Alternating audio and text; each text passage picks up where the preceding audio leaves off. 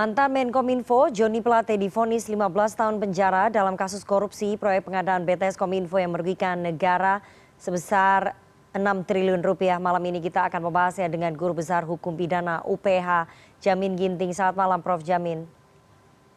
Salam Mbak Rifani. Prof. Jamin, mantan Menkominfo Joni Plate divonis 15 tahun penjara. Bagaimana Anda melihat vonis majelis hakim yang sudah sesuai dengan tuntutan jaksa ini? Ya, kita ketahui ya, pada saat majelis hakim ini memimpin persidangan dari awal itu, kelihatan memang majelis hakim ini seakan-akan mengambil alih tugas jaksa penuntut umum gitu ya. Dia sebenarnya sudah mengetahui bahwasanya seakan-akan orang ini sudah pasti bersalah lah begitu ya. Jadi apapun yang disampaikan di persidangan seakan-akan ini merupakan suatu perbuatan yang dalam kategori tindak pidana. Cuma kita kan tidak tahu berapa besar hukumannya. Nah, kalau yang kita lihat di sini, masing-masing ini kan GRL itu 15 tahun, Anang 18 dan tim ahli UI 6 tahun. Nah, jadi ada hal yang kita lihat, siapa yang sebenarnya paling bisa dimintakan pertanggungjawaban terkait dengan proyek BTS ini begitu. Tentu adalah pengguna anggaran. Nah, pengguna anggarannya siapa? Nah, dalam konteks ini adalah pengguna anggarannya ya tentu Bakti dalam hal ini pemilik ini. Nah, akhirnya dia hukumnya lebih berat kan gitu 18 tahun dibandingkan dengan menterinya sendiri begitu. Nah, konstruksi ini juga harus diperhatikan. Ini kan dalam rangka proyek. Tapi kan ada lagi tindak pidana setelah proyek ini.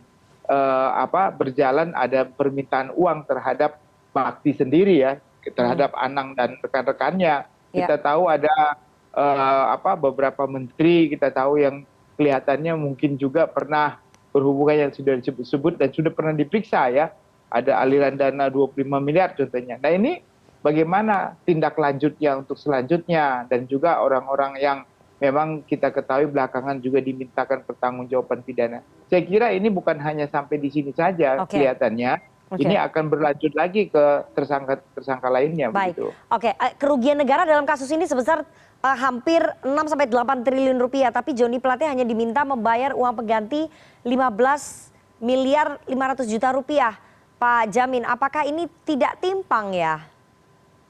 Nah, begini kalau saya mengamatin kasus ini, jadi kasus ini sebenarnya yang 8 triliun itu dari mana begitu kan dasarnya gitu. Nah, kalau akumulasi terhadap kerugian negara yang dikeluarkan dengan proyek yang sudah dilaksanakan harus ada nilai pengurang di situ. Nah, memang kelihatannya sudah bisa dibuktikan oleh penasihat hukum dan hakim juga bisa melihat bahwasannya sebenarnya 8 triliun itu bukan kerugian negara sepenuhnya, karena sebagian barang-barangnya sudah ada seperti towernya sudah ada, prasaratnya sudah ada, dan itu sebenarnya patut dikurangin dari nilai yang ada. Dan orang-orang ini yang menerima aliran dana ini kan mereka tidak menerima aliran dana 8 triliun begitu, satu persatu bukan. Mereka hanya mendapatkan contohnya Anang ini cuma 5 miliar kan begitu, cuma ada beberapa dianggap sebagai TPPU. Bahkan Pak Menteri sendiri nggak dianggap masuk pasal TPPU, malah disuruh untuk mengganti sebesar 15 miliar dari uang pengganti dari perbuatan apa begitu. Nah, ini jadi nggak sinkron sebenarnya kalau kita lihat nilai kerugian 8 triliun, tetapi yang diterapkan kepada pelaku tindak pidana ini kurang dari itu, karena memang nilai kerugiannya itu juga belum pasti nilai segitu karena berkurangnya nilai daripada barang yang sudah mereka terima. Jadi memang hakim bisa menilai itu sebagai suatu hal yang nggak dibebankan seluruhnya kepada para pelaku tindak pidana ini. Dan kita ketahui kan bukan 3, masih ada lagi gelombang berikutnya yang swastanya begitu. Oke, ini majelis hakim tidak menjerat Joni Plate dengan tindak pidana pencucian uang. Namun di Rut Bakti Kominfo Anang Ahmad Latif disebut bersalah dalam tindak pidana pencucian uang. Ada yang berbeda ini Pak Jamin. Analisa Anda seperti apa? Yang satu ya, jadi dijerat TPPU, yang satu enggak. Nah, Anang ini kan dia sebagai direktur Bakti. Bakti ini kan Badan Usaha Umum ya, BLU. BLU itu punya kekhususan-kekhususan, ada dan pemerintah presiden, artinya presiden ada perlakuan khusus dalam percepatan teknologi ini untuk desa tertinggal, terpencil dan terjauh. Nah, jadi itu yang di masa Covid lagi pada masa itu. Jadi BLU ini benar-benar bekerja pada situasi yang dia harus lakukan seperti itu. Nah, kebetulan karena dia sebagai penanggung jawab pelaksanaan proyek ini sebagai BLU, direkturnya BLU, jadi dianggapnya uang itu mengalir ke dia semua lalu didistribusikan ke orang-orang tadi. Nah, waktu dia distribusikan, dianggaplah bahwasanya waktu mendistribusikan itu ada yang diambil dia lalu sengaja disamarkan. Padahal kalau kita lihat dengan nilai 5 miliar, apa yang mau dilakukan dengan 8 triliun? Jauh sekali ya, Mbak. Dengan nilai seperti itu kan. Tapi TPPU-nya justru memberatkan dia dengan dengan hukuman 18 tahun yang lebih tinggi dibandingkan dengan menteri sendiri begitu. Nah, ini yang menurut saya harusnya kalau ada TPPU kepada dia, harus yang lain juga harus dinilai sebagai TPPU karena pasalnya kan pasal 55 bersama-sama melakukan tindak pidana. Kalau bersama-sama, kenapa satu ada TPPU, yang lain nggak ada TPPU? Atau sama sekali semuanya nggak usah ada TPPU begitu. Oke, jadi Anda melihat ketimpangannya di situ ya? Iya. Keanehannya di situ, kenapa hanya satu yang terjerat TPPU? Karena kan TPPU tidak bisa dilakukan oleh satu orang. Jadi ada pihak eksekutif dan juga pihak swasta begitu ya, Pak Jamin? Ya kalau kita lihat kan konsepnya adalah TPPU itu kan dia predikat krimnya adalah pasal 2. Ya, pasal 3 sebagai pejabat negara.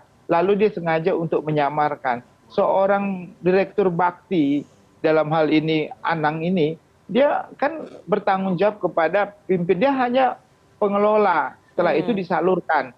Nah, sementara orang yang mendapatkan penyaluran itu harusnya juga ikut bisa dimintakan pertanggungjawaban begitu. Tapi kenapa si Anang sendiri yang dianggap TPPU sementara yang lainnya nggak ada pasal TPPU, khususnya di pemerintahan ya, bukan di swastanya. Oke, baik. Terakhir, pengembangan terhadap pelaku lainnya akan seperti apa? Karena kan ini seluruh terdakwa untuk yang kasus korupsi dan juga TPPU dari proyek BTS ini kan sudah divonis, tapi tampaknya Kejaksaan Agung sedang menyidik begitu ya, perintangan penyidikannya nih, pengembangan dari kasus ini yang kemudian sudah melibatkan mantan pimpinan BPK Aksanul Kossasi dan ada nama lainnya.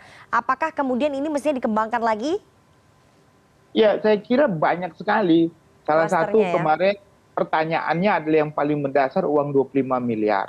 Kan sudah dijelaskan oleh swasta bahwasanya ada diberikan uang 20 miliar. Dan ada uang yang dikembalikan juga ke kejaksaan 20 miliar. Nah, ini yang harus diselidikin dong. Artinya ada apa kaitan antara pengembalian uang tersebut dengan uang yang dinyatakan keluar dari pihak swasta dalam rangka kasus ini juga. Itu yang pertama. Kalau pimpinan BPK kan tentu dia harus bisa mempertanggungjawabkan apa yang sudah dia lakukan terkait dengan analisis-analisis terhadap proyek ini sendiri. Jadi sebenarnya harusnya lebih banyak lagi kalau yang bisa diungkapkan siapa yang banyak terlibat dalam kasus ini sehingga negara dirugikan begitu.